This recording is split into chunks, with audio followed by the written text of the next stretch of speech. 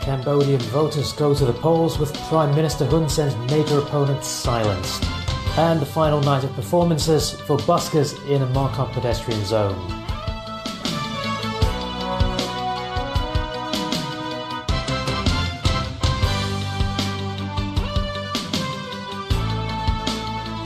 Hello and welcome to TVB News. Cambodians went to the polls today to choose a leader.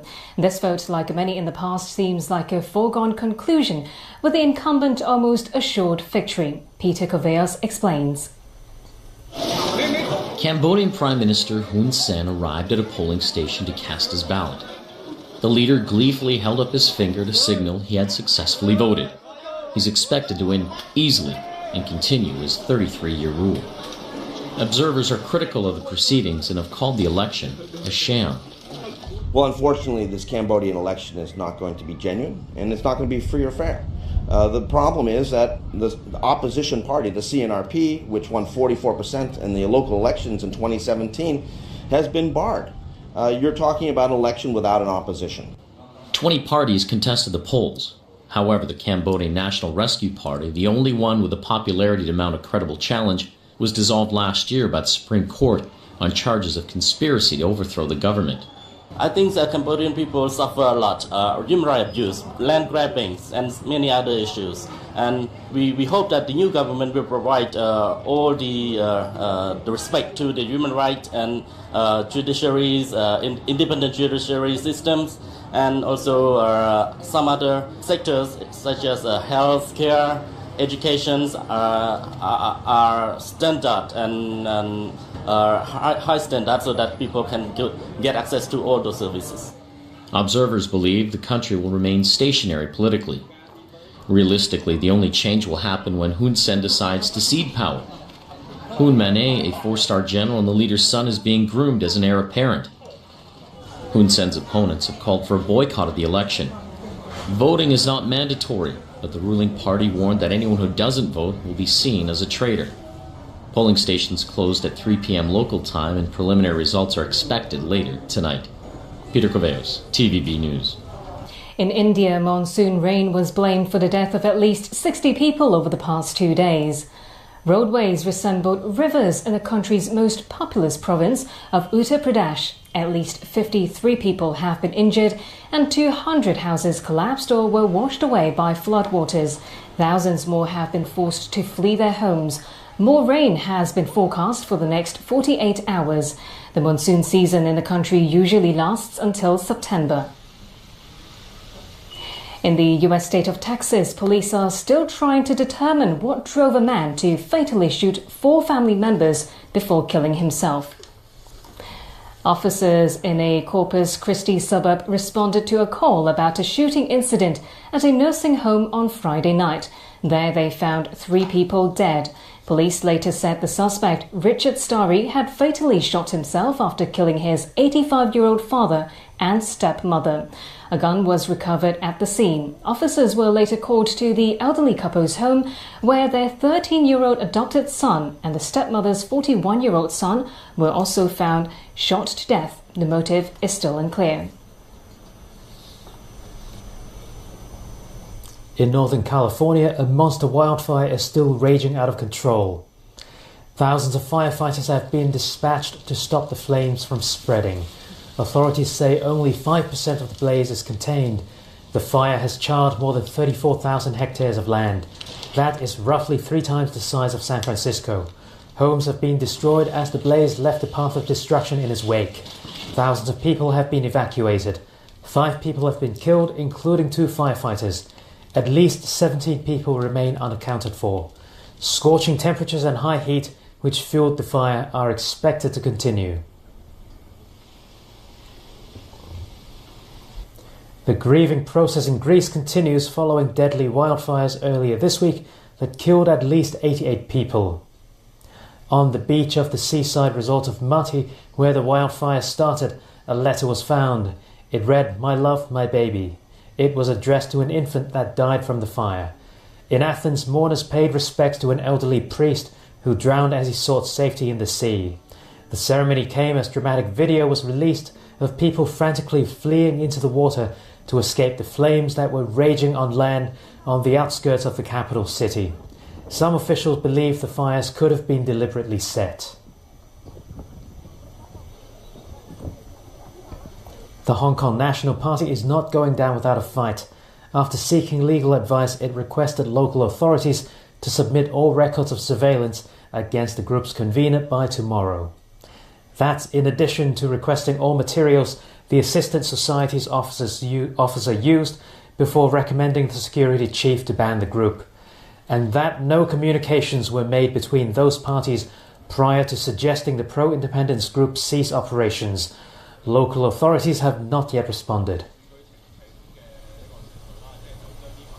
The Hong Kong Journalists Association says in its latest annual report that press freedom in the city has gone backwards, primarily due to pressure from the central government.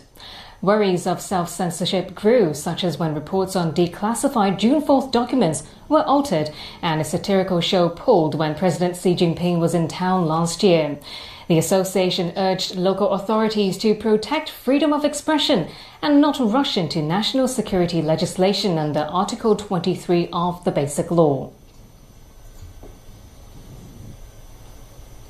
Hong Kong might be struggling to sustain growth in the number of tourists from other parts of Asia. Perhaps it's worth taking note from Taiwan to see how the island managed to boost Southeast Asian visitor numbers by over 60% in just 2 years. Miguel visited Hong Kong for the second time to see his mum, who works here. It's very expensive for us, average earning family. In the Philippines, like, the hotels are really expensive for about $500 a night, and it's not that big. Pricey hotels and an airport served by few budget airlines might be harming Hong Kong's tourism industry. This academic from the Chinese university thinks it might be worth building cheaper accommodation facilities in rural areas to cater to more tourists. Official figures show in the first 5 months of this year, visitor numbers from Asia dropped by 1.7% compared with the same period last year. That's as Taiwan recorded a spike in Southeast Asian tourists, which jumped 60% in just 2 years. As a representative from Taiwan Tourism Bureau explains, visa-free arrangements and training staff to speak Southeast Asian languages helped. Yet holidaymakers from mainland China dropped since Tsai Ing-wen became president and strained cross-straits relations. Still, Taiwan authorities are hoping to tap deeper into the Hong Kong and Macau markets by providing free return tickets to those who visit Taiwan 3 times within a specific time. Still ahead on TVB News.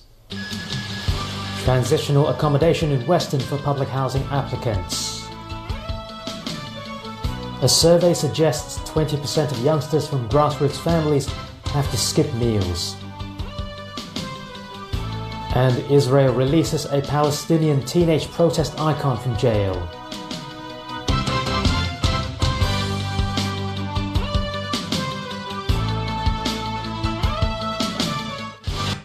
呢一次嚟到孟加拉識咗亞斯瑪，因為窮，父母喺佢16歲嘅時候將佢嫁出去，咁細個仲要照顧個女，佢都唔知將來會點。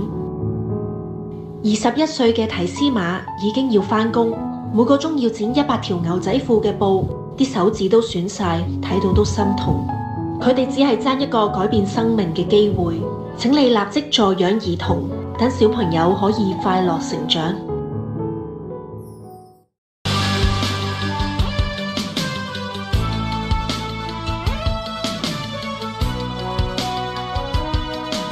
Welcome back to TVB News. After 18 years, it's almost time to say goodbye to a pedestrian zone in Mong Kok as it's about to reopen to traffic.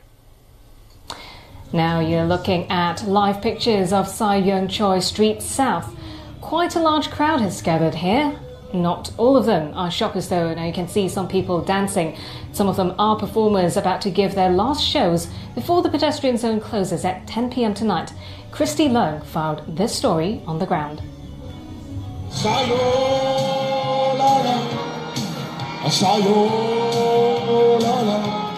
Getting prepared for the finale to the Mongkok pedestrian zone, some buskers arrived early at noon to grab the best spots. However, it seems to be good news for this lady who found the street's performances quite disturbing at times.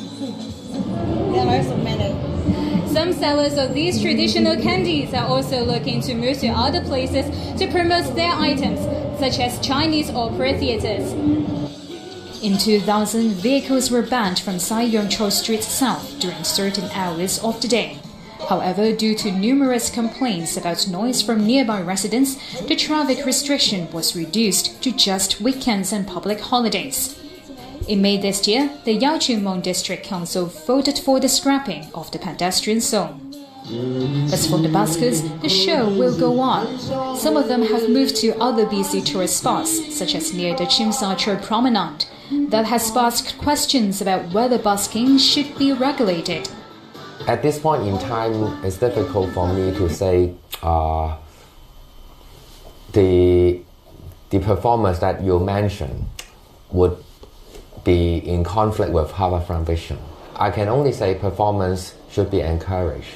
But how do you manage and control is something that we need to discuss and to have a consensus. Citing the examples of overseas waterfronts, such as the River Thames, thinks an ideal proposition should embrace a wide range of activities, unlike the current management of local harbourfront promenades, which comes with a lot of restrictions for visitors. Christy Leung, TVB News. The Society for Community Organisation offered 39 transitional units for needy public housing applicants in a building at Western District. Around 36 people have moved in between April and July. Caleb Leung has more. A total of 39 new homes for public housing applicants, all located in Shen Sing Mansion at the Western District. However, none of them are constructed by the Housing Authority or the Housing Society. These are transitional housing under the community housing movement, rented out at a quarter of the tenant's family income. The application period began in March, and 36 tenants have already moved in so far. This woman, who used to live in subdivided flats, said the air and environment at her new place are much better. As for this man, he really enjoys his relationship with his new neighbors, as he used to live in a building where drug addicts loitered. The units, each with an area of 79 to 357 square feet, have individual bathrooms. The biggest units could accommodate a family of 5, but around half of them are for singles. The community housing movement was launched by the Hong Kong Council of Social Service to provide short-term relief for those who need transitional housing. Owned by the Urban Renewal Authority, these 39 units are managed by the Society for Community Organisation, or SOCO. Besides temporary housing, Frank Chen also talked about extending the resale restriction period for HOS flats from 5 to 10 years.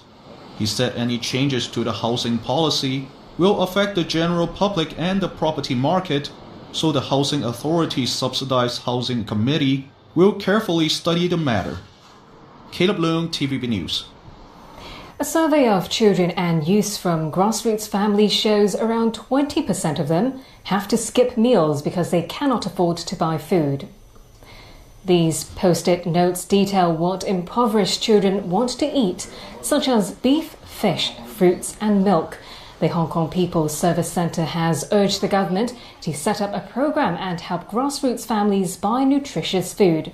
That plea comes after the group's recent survey of 216 people who are 6 to 17 years old. About a fifth of respondents go hungry, and more than 80% suffer from malnutrition with meat and dairy intakes below the recommended levels. There's a new term being used among some in the healthcare field. It's called diabesity. Studies have found that many patients with diabetes are also obese. Kaina Chiu has more. Mr. Zhang was diagnosed with diabesity 7 years ago. He weighed 125 kilos at one point and suffered from high cholesterol and high blood sugar levels. There is believed to be roughly 700,000 patients with diabetes in Hong Kong. A large percentage have type 2 diabetes and are also obese and constitutes around 500,000 people with diabetes.